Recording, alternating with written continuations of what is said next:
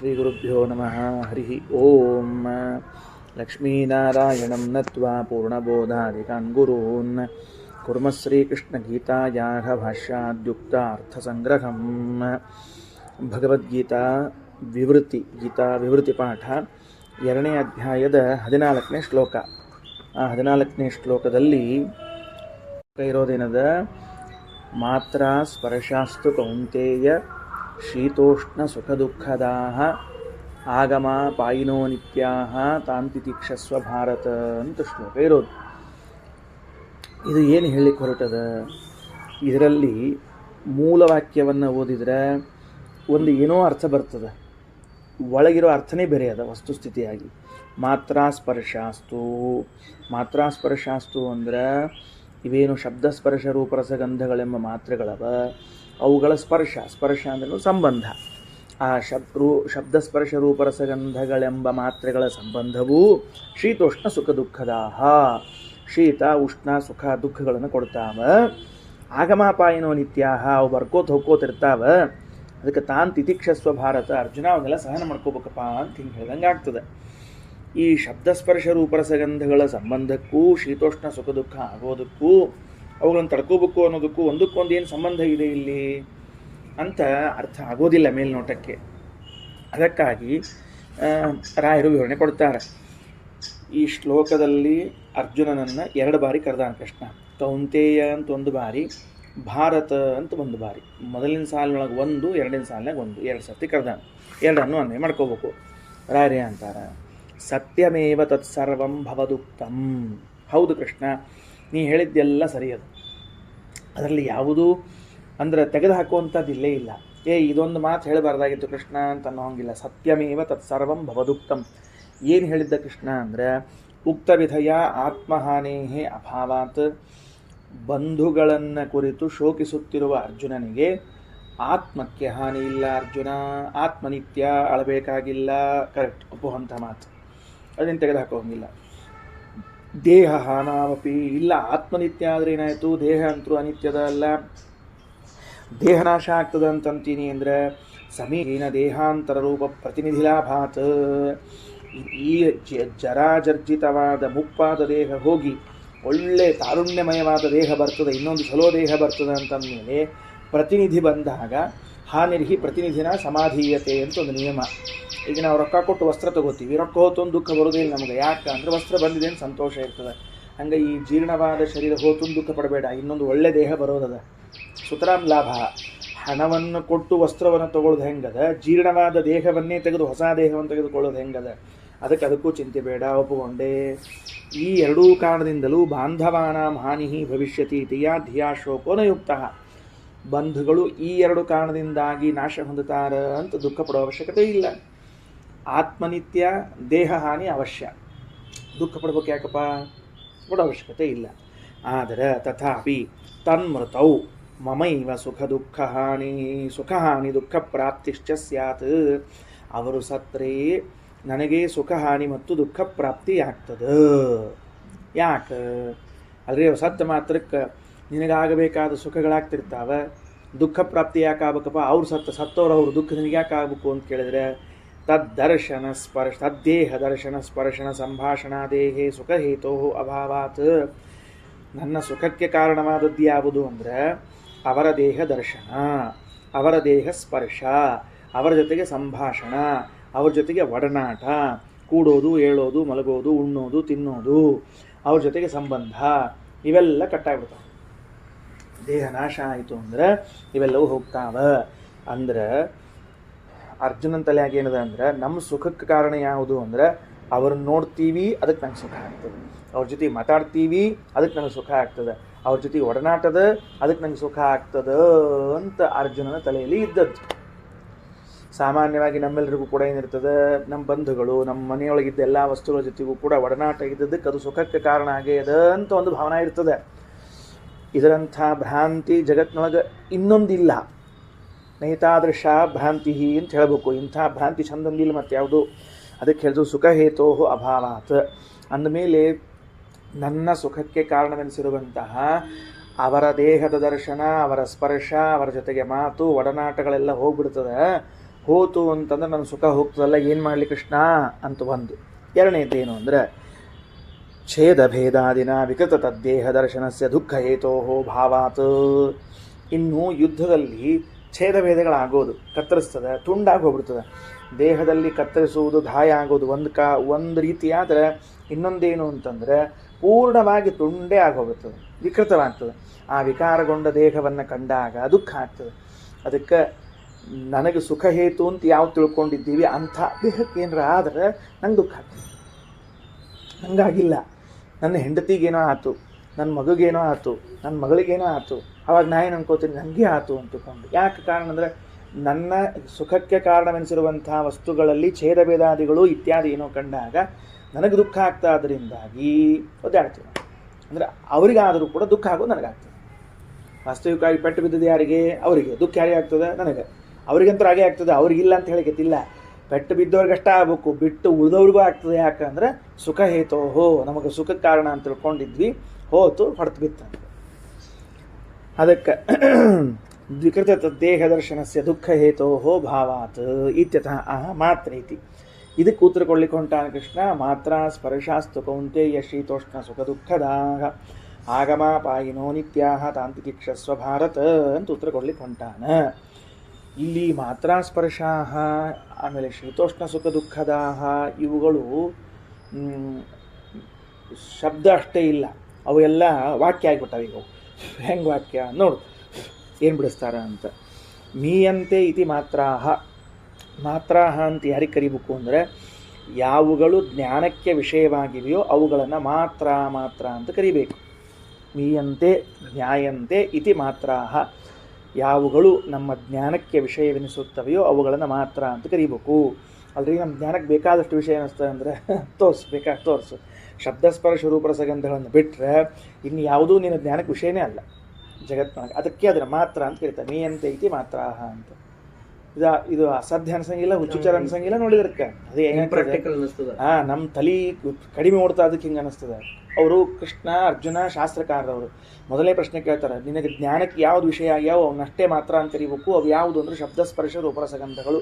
ಇದನ್ನು ಬಿಟ್ಟು ಇನ್ನು ಯಾವುದೂ ನಿನ್ನ ಜ್ಞಾನಕ್ಕೆ ವಿಷಯ ಅಲ್ಲ, ಅಲ್ಲವೇ ಅಲ್ಲ, ಮಾತ್ರ ಅಲ್ಲವೇ ಅಲ್ಲ. ಹೋಗಿ ಹೆಂಗ್ರಿ ಅಂದರೆ, ನಿನಗಿರೋ ಜ್ಞಾನೇಂದ್ರಿಯಗಳು ಎಷ್ಟು ತೆಗಿ ಅಂತ ಮೊದಲು ಹೊರಗೆ ತೆಗೆದ ಲೆಕ್ಕನ.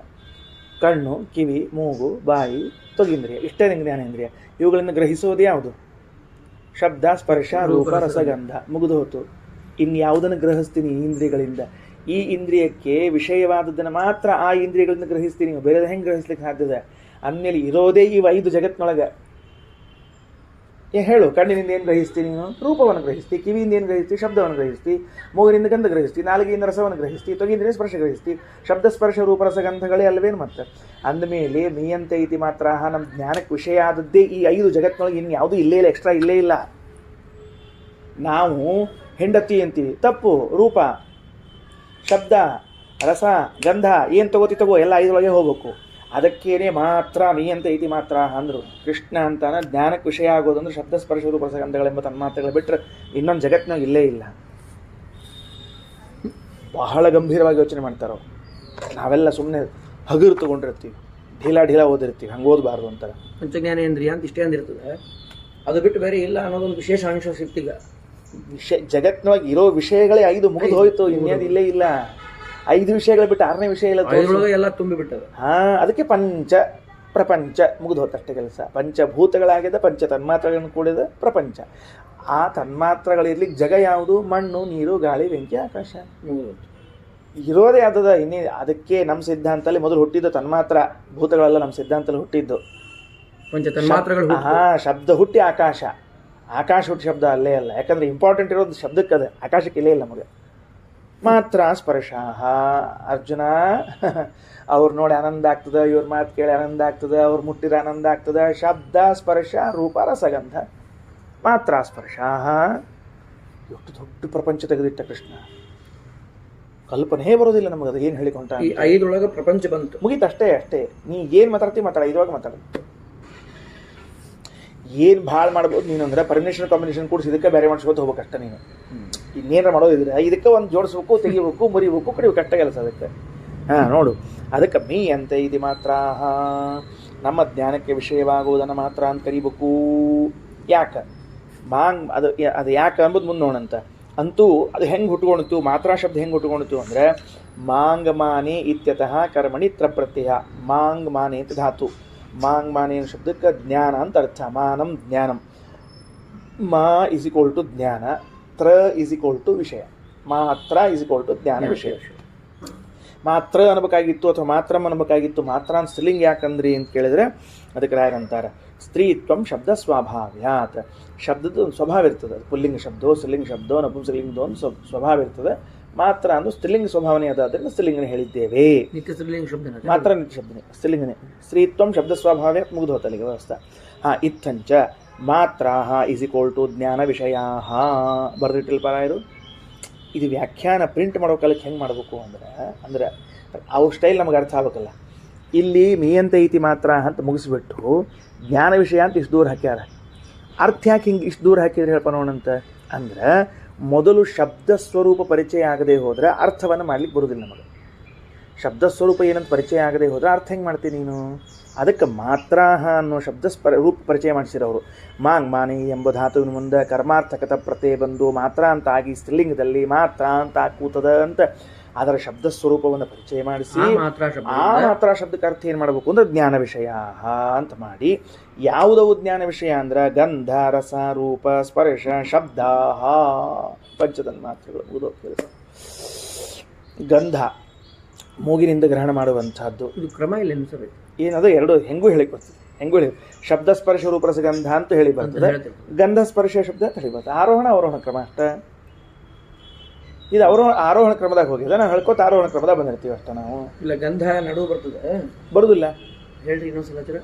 ಶಬ್ದ ಸ್ಪರ್ಶ ರೂಪರಸ ಗಂಧ. ಗಂಧ ರಸ ರೂಪ ಸ್ಪರ್ಶ ಶಬ್ದ ಉಲ್ಟಾ ಹೋಗಿದೆ ಅಷ್ಟೇ. ಹಿಂಗೆ ಹೇಳ್ಬೇಕು. ಯಾರು ಚೇಂಜ್ ಮಾಡ್ಲಿಕ್ಕೆ ಬರುದಿಲ್ಲ.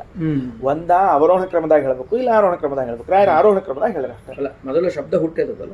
ಹೌದು, ಕ್ರಮವಾಗಿ ಹುಟ್ಟಿ ಶಬ್ದನೇ ಮೊದಲು. ವಿವಾದ ಇಲ್ಲ. ಅಂದ್ರೆ ಎರಡು ರೀತಿಯಿಂದ ಹೇಳ್ಬೋದು ಅಷ್ಟೇ. ಹೇಳ್ಬೋದು. ತಾರತಮ್ಯ ಇದ್ದಂಗೆ ಪರಮಾತ್ಮನಿಂದ ಗುರುಗಳ ತನಕ ಬರ್ಬೋದು, ಗುರುಗಳಿಂದ ಪರಮಾತ್ಮನ ತನಕ ಹೋಗ್ಬೋದು. ಹೆಂಗೋ ಹಂಗೆ ಹೇಳ್ಬೋದು ಅಷ್ಟೇ. ಹುಟ್ಟಿದ ಮೊದಲು ಶಬ್ದನೇ, ವಿವಾದನೇ ಇಲ್ಲ.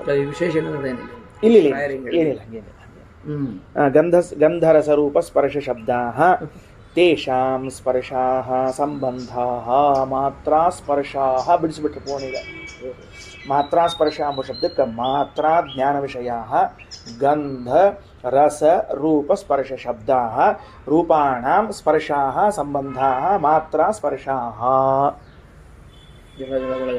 ಒಟ್ಟ ಒಂದು ಬಿಟ್ಟಿಲ್ಲ ಪೂರ್ಣ. ಅಂದ್ರೆ ನಿನ್ನ ಪಂಚಜ್ಞಾನೇಂದ್ರಿಯಿಂದ ಗ್ರಹಿಸುವಂತಹದ್ದೇನದಲ್ಲ ಅದಷ್ಟು ಮಾತ್ರ ಸ್ಪರ್ಶ ಬಂದು ಹೋತು.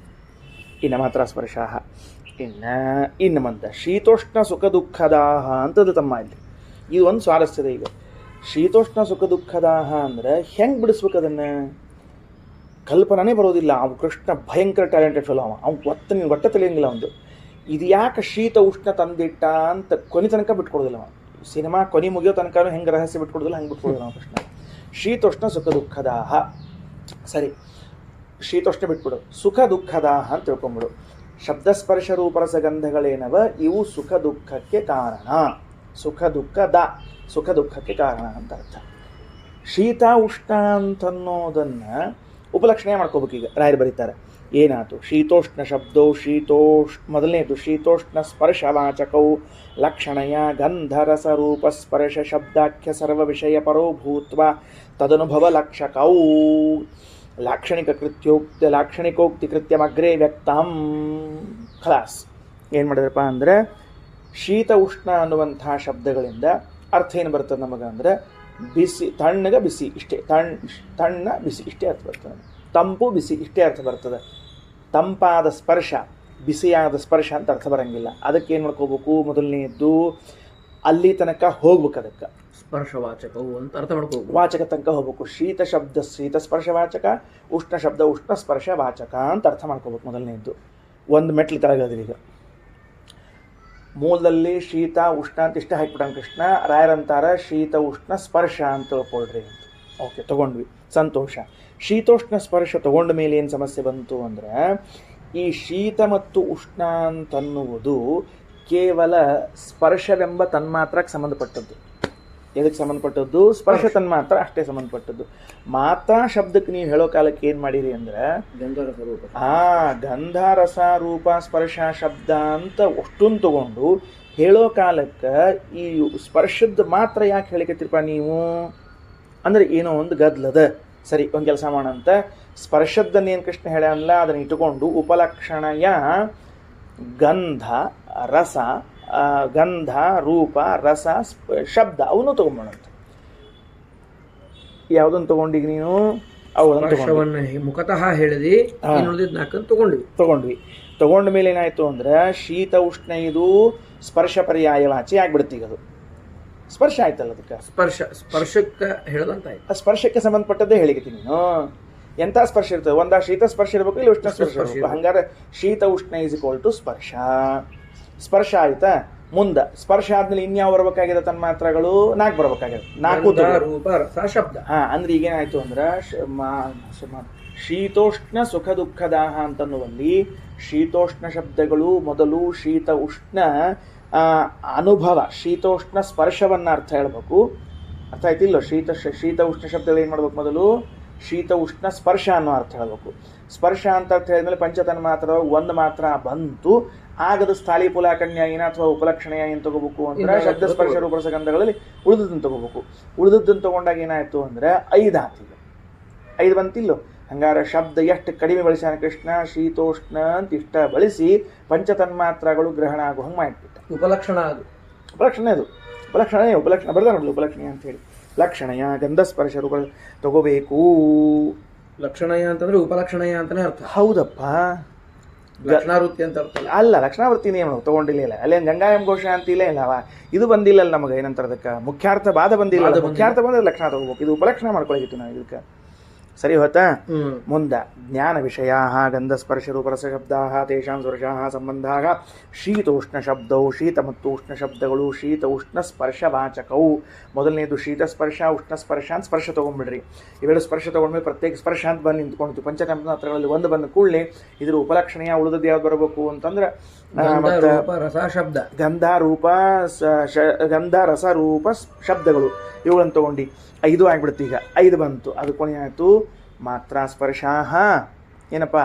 ಈ ಜ್ಞಾನಕ್ಕೆ ವಿಷಯವಾಗಿರುವಂತಹ ಶಬ್ದಸ್ಪರ್ಶ ರೂಪರಸಗಳ ಸಂಬಂಧವೂ ಏನು ಮಾಡಲಿಕ್ಕಿಲ್ಲ.